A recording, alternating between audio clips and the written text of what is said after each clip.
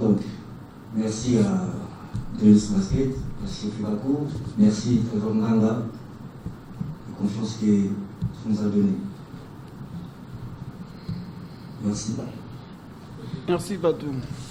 C'est Jamil qui est donc la voix du basketball français, et également un joueur qui faisait partie en fait de cette délégation.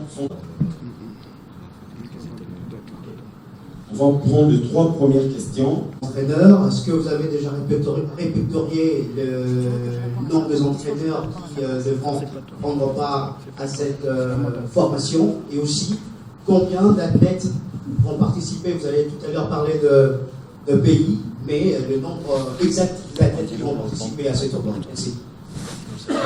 Est-ce que vous envisagez aussi organiser la deuxième pays, la troisième pays? Question. Je vais commencer par la question de Jonathan Massiala du Top Congo. La formation qui est prévue, ce n'est pas une formation d'entraîneur. Il y a un camp de basketball U18, donc de 13 à 18 ans, qui a commencé. Et puis, il y a un camp de perfectionnement des léopards seniors, qui a aussi commencé. Donc, 13, 15 heures les U18, 15, 17 heures les seniors. C'est le camp de perfectionnement, qui est supervisé par les coachs de 3x3. Nous avons Piero Ilunga, qui est le sélectionneur national U18. Nous avons le coach AD Coco, qui est le sélectionneur national senior 3x3. Et le DTN Vale Mosengo, qui est le directeur technique national de la FEBACO. À cela s'ajoute une formation des arbitres 3-3. Parce que, comme vous le savez tous, c'est pas secret de polichinelle, la RDC n'a pas de licence 3-3. Nous avons des licences 55, mais en 3-3, nous n'en avons pas. Donc, c'est un camp de perfectionnement où on va donner quelques technicités du 3x3, parce que le 3x3 a un règlement assez complexe que nos arbitres doivent apprendre pour permettre à ce que dans les jours à venir, les tournois qui sont organisés puissent avoir des arbitres formés à la hauteur du championnat.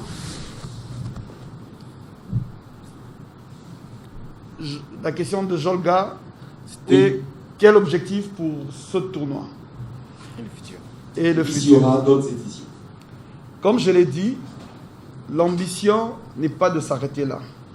Notre vision, c'est l'Africa Cup. Pour pouvoir organiser l'Africa Cup, il faudrait commencer quelque part. Il ne faut pas voir grand directement. Allô, vous m'entendez bien? Je n'ai pas besoin d'enlever le masque. Nickel. Alors, je vois ma grande soeur qui me fait des signes que j'adore. Alors, bonsoir à tous. Merci à tous d'être là. Merci à FEBACO et au RD Congo de nous avoir accueillis. Nous sommes heureux d'être aujourd'hui après une étape de 3 étapes en Afrique. Oui, c'est ça. C'est la 3e étape en Afrique. On a fait un à Lomé, on a fait un à Niamey. On a fait une étape où on a lancé la première Ligue 3-3 avec le Burkina Faso. Et là, on vient au Congo. Donc, M. Trésor nous a bien accueillis. On a travaillé pendant 6 mois pour être là aujourd'hui. Et je remercie tout son apport et toute la FEBACO de nous avoir proposé ce challenge et de nous avoir accompagnés durant toute la mise en place. Donc, pour faire rapidement ce qu'on a décidé, ce qu'on a mis en place, c'est dont parlait le présentateur tout à l'heure, c'est le Trips Basket House. Le concept est très simple. En fait, on essaie de mettre en place pour aider les pays africains et les fédérations africaines à mettre en place beaucoup d'instruments pour les aider les accompagner dans la mise en place du développement du 3-3 en Afrique. Donc, l'objectif, c'est de faire le maximum de tournois pour avoir le maximum de points pour être qualifié à toutes les compétitions de la FIBA 3-3. Ensuite, dans l'idée d'apporter toujours un retour à ce que nous avons appris en France, étant donné que nous sommes d'origine africaine et nous avons grandi en France, on s'est dit c'est bien de faire des tournois, mais il faut aussi faire un accompagnement derrière, mettre en place des camps de formation, mettre en place des formations pour les arbitres, mettre en place des formations pour les organisateurs, pour les aider à ce qu'après notre départ, qu'ils puissent se déployer le 3-3 eux-mêmes et aussi connaître d'autres métiers d'organisation, d'autres métiers qu'il y a dans l'événementiel sportif et le marketing sportif. Donc, c'est ce qu'on a mis en place, on a essayé de déployer. Donc, on a fait un à Lomé en janvier, on a fait un à Niamey en mars, on a lancé une ligue au Burkina Faso avec la collaboration de la FEBA, la Fédération burkinabèse de basketball. Et là, on est à Kinshasa, au Congo, et on finira l'année en Guinée, Conakry. Voilà. Je ne sais pas si vous avez d'autres questions pour moi, monsieur le présentateur. Pour l'instant, non. D'accord. On fera le moment où on donnera donc la parole aux confrères de la presse. Comme vous le savez, qui se déroulera à Paris. Et le basket 3-3 est déjà un sport olympique qui devait avoir lieu cet été à Tokyo, mais qui malheureusement, comme vous le savez, avec cette sacrée pandémie qui a donc tout gâché. Mais Tokyo est supposé avoir lieu l'été prochain. Donc été 2021, Jeux Olympiques, le 3-3, et il y aura le championnat d'Europe qui aura lieu à Paris, sur le parvis de la Défense, donc dans un cadre absolument magnifique. Donc les opportunités, les événements grandissent au jour le jour, et de pouvoir amener ça en Afrique, sachant le potentiel. Et moi j'ai pu en attester aujourd'hui, on en parlait avec Diana Kandega qui est au comité départemental du Val d'Oise en Ile-de-France, et une des figures fortes du développement du basket féminin et masculin en Ile-de-France. Le talent présent est vraiment particulièrement alléchant. C'était surprenant. Je suis arrivé, je voyais les gamins et je leur dis mais ils ont quel âge? Et on m'a dit c'est les U18. J'ai dit non, c'est les U30, c'est les U25, pas les U18. Ils ont déjà une morphologie impressionnante, des qualités athlétiques. On a vu avec les seniors avec lesquels on a pu travailler en deuxième partie de journée, des shooters partout, beaucoup de paniers marqués. C'était vraiment. Voilà. Le talent est là. Il faut simplement donner une structure, donner des clés, des armes pour pouvoir les aider à progresser. C'est le but unique de ce qu'on fait ici avec Police. Ici, je pense qu'au niveau de la Fédé, toutes les autorités ont été informées de l'organisation de ce tournoi, notamment la tutelle. Donc, par rapport au déplacement des athlètes de l'intérieur, où je dis que nous n'avons pas de solution jusqu'à ce jour, je pense qu'on a une seule compagnie aérienne nationale qui a été bel et bien contactée, qui jusqu'à ce moment ne nous a pas répondu favorablement. Donc je pense que nous avons frappé aux bonnes portes. Mais jusque-là, nous n'avons pas de réaction et nous ne pouvons que cheminer avec ceux qui ont répondu favorablement. Les 3/4 d'entreprises commerciales de la place ont été contactées et nous en détenons, disons, les accusés de réception des courriers et des différents échanges que nous avons eus avec eux. Ce qui n'a répondu aujourd'hui. Il y a également une question pour les terrains qui n'a pas encore été répondue. Pour avoir... Laisse le temps, ça, oui. Voilà. Par rapport au terrain, les formalités ont bel et bien été lancées. Je pense que nous sommes à voir grand directement, mais il faut faire des pas, apprendre à marcher pour pouvoir courir. Donc, c'est l'objectif que nous avons mis en place à long et à court terme.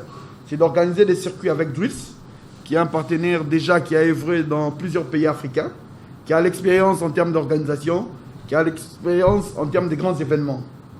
Parce que, sans me tromper ou sans avoir oublié, j'ai vu qu'ils n'ont pas mentionné les circuits organisés à Paris.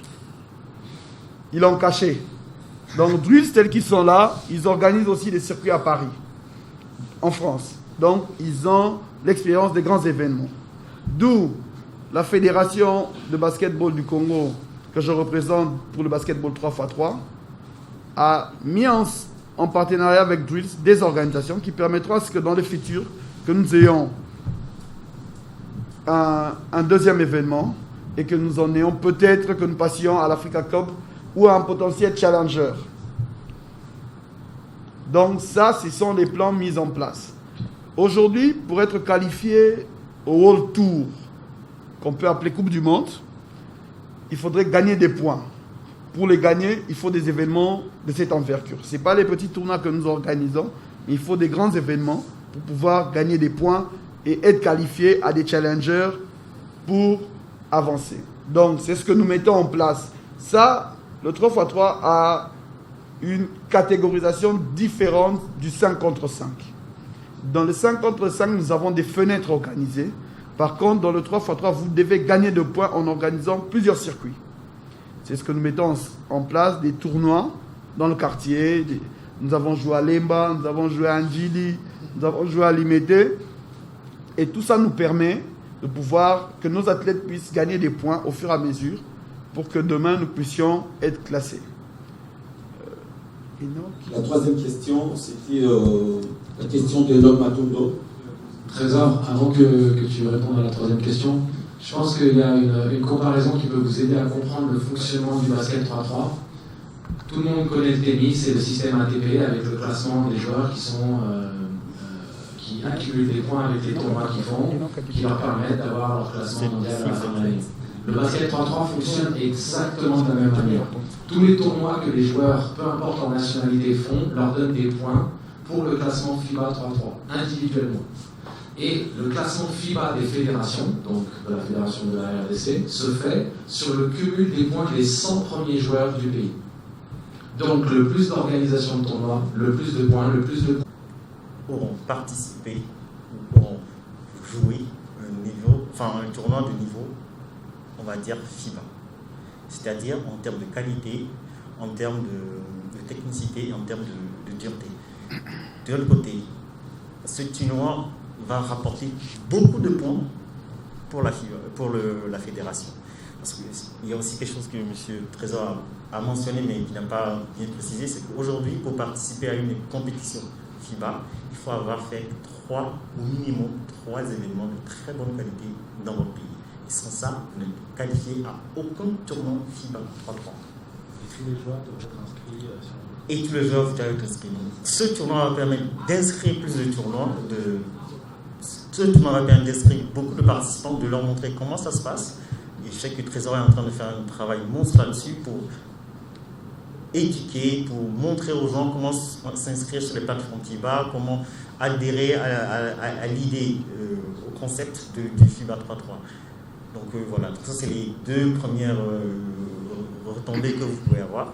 Et le reste, c'est comme l'a dit ma collègue Aïda, c'est le fait de développer une compétition, le fait de compléter les compétitions qui existent aujourd'hui. Parce qu'aujourd'hui en Afrique, on a beaucoup de compétitions, beaucoup de ligues qui se font sur 3, 4, 5 mois. Alors, pour avoir des vrais professionnels, pour avoir de bons joueurs, il faut qu'ils jouent chaque année. Donc, ils doivent augmenter le niveau de compétition. Donc, le fait d'organiser des événements comme ceux-là, du 3-3, permet de maintenir les athlètes congolais, les équipes nationales, dans des niveaux de compétitivité constants et élevés. Voilà ce que je peux dire. Vas-y, parle. Voilà. Je me permets de compléter les propos de Jean-Marc. Le plus important aussi, c'est de permettre aux jeunes athlètes africains de s'imprégner de ce qui se fait autour d'eux pour pouvoir progresser et prétendre participer à ces compétitions internationales. Et on le voit dans le basket 5-5, que ce soit au niveau féminin ou au niveau masculin, le basket africain monte, progresse, montre qu'il a vraiment passé un palier. On savait qu'ils avaient les athlètes, mais maintenant ils rajoutent le QI basket et la connaissance du jeu qui leur permettent de gagner des matchs dans les compétitions internationales et de prétendre faire les quarts de finale chaque année dans les compétitions. Peut-être qu'il y a 20 ans, il n'y avait pas ce respect à l'international du basket africain. La mentalité a changé. On sait à l'international que quand on joue contre Angola, Sénégal, Mali dans les compétitions, Cameroun et autres, les équipes qui se qualifient, la Tunisie, toutes les équipes qui sortent de la CAN vainqueurs, qui sont qualifiées pour les compétitions internationales, sont des équipes. C'est ma première expérience en Afrique et j'espère bien que ce ne soit pas la dernière. En tout cas, on va travailler pour que vous ayez un petit historique, j'étais devenu l'ambassadeur du premier tournoi sur le territoire français dans une grande surface à Châtelet-Léal, ce qui est quelque chose d'absolument unique. Et je voulais tirer mon chapeau à Jean-Marc pour tout le travail accompli depuis plusieurs années maintenant et qui prend une ampleur considérable, déjà à l'échelle francophone, puisque sur le territoire français, c'est probablement le meilleur promoteur d'événements 3-3, mais aussi sur le territoire africain, ce qui est unique. Il organise tout un circuit qui permet maintenant de non seulement aider les différentes fédérations, mais de créer une émulation en Afrique sur le basket 3-3 qui est devenu un sport olympique. Et il faut vraiment prendre conscience de l'ampleur de cette discipline maintenant à l'échelle internationale. Donc c'est un honneur pour moi de pouvoir être ambassadeur, mais aussi je suis très heureux d'avoir pu intégrer le staff en devenant conseiller technique de tout ça, en particulier par l'intermédiaire des camps de perfectionnement et de formation auxquels on procède avec l'équipe. Merci à Aïda et Patou d'avoir pu mener à bien la première journée, sachant la logistique un peu compliquée, le retard d'avion et autres, mais voilà, très très heureux d'être là. Le talent que j'ai pu voir aujourd'hui est vraiment très prometteur. J'étais très excité à l'idée de pouvoir travailler avec tous ces jeunes qui sont motivés, qui sont appliqués, qui ont beaucoup de qualités athlétiques, mais pas seulement, ils ont aussi du basket dans les mains. Et donc, j'ai vraiment à cœur de partager toute mon expérience accumulée au cours de cette carrière que j'ai pu avoir durant plus de 15 ans au plus haut niveau international. Donc, je ne vais pas m'attarder sur mon palmarès qui, pour moi, n'a aucune importance au final. Le plus important, c'est d'aider à développer la fédération. Donc, merci beaucoup à la FEPACO de nous faire confiance et d'avoir fait appel à nous. Et on a à cœur de vraiment donner le meilleur de nous-mêmes pour le bien du développement du basket 3-3 dans les pays francophones et dans tout le territoire africain. Voilà, merci beaucoup. Merci. Patou Lumboto, l'homme le plus soyeux de la salle ce soir, il faut le savoir. Bonsoir. Ça me fait plaisir de retourner chez moi pour faire quelque chose. Et je suis très heureux d'être là, grâce à Jean-Marc. Quand il m'avait proposé de faire un truc ici à Congo, directement j'avais dit oui. Parce que c'est chez moi, ça fait des années que je pense retourner faire quelque chose ici. Hein? Attends. Toi, tu dors toujours en vie tous les jours, c'est pas possible. Bah aussi.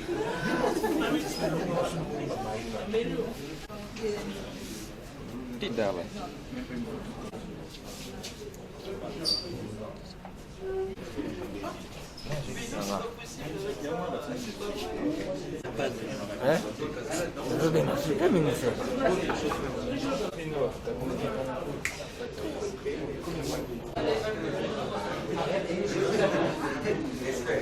Qui est avec nous ici, qui est le PDG, mais également l'initiative. On parlera également et M.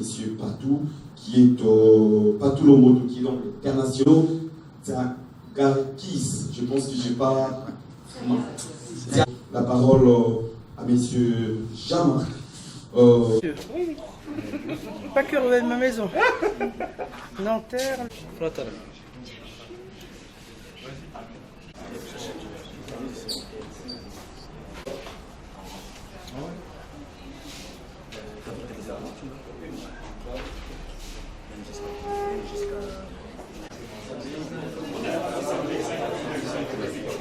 Le plus de points avant le World Tour.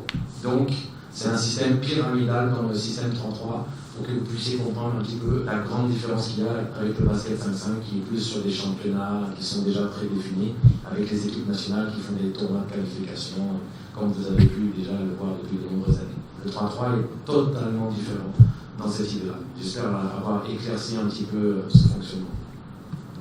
Et pour compléter sur la question des objectifs... L'objectif de ce tournoi n'était pas seulement les athlètes de Kinshasa. Vous constaterez qu'il y a une équipe des athlètes de Lubumbashi qui, gracieusement, se retrouvaient ici de Mazembe, qui vont participer au tournoi. Étaient prévus les athlètes de Goma, mais malheureusement, le sponsor qui devait nous donner les PTA, qu'on appelle billets d'avion pour ces athlètes, n'a pas répondu jusqu'à ce jour favorablement. Croisons les doigts, le tournoi est prévu de débuter samedi. Espérons qu'il peut réagir dans les 2-3 jours qui suivent. Aujourd'hui, on est mercredi, d'avoir la journée de jeudi et plutôt de jeudi et de vendredi.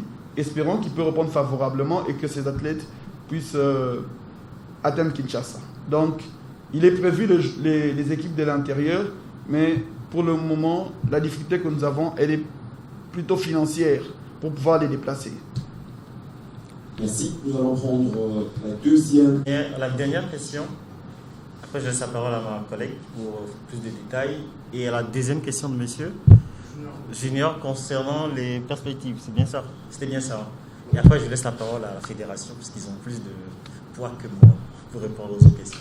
Alors, la question de savoir si on a, comme vous avez bien fait la recherche, sur tous nos événements, on essaie toujours de mettre en place des événements socio-culturels. L'objectif, c'est de promouvoir la culture du pays dans lequel on va. Comme vous avez pu le constater, on est une équipe qui est très internationale et qui a une image. Enfin, chaque tournoi est vu par des milliers de gens dans le monde entier.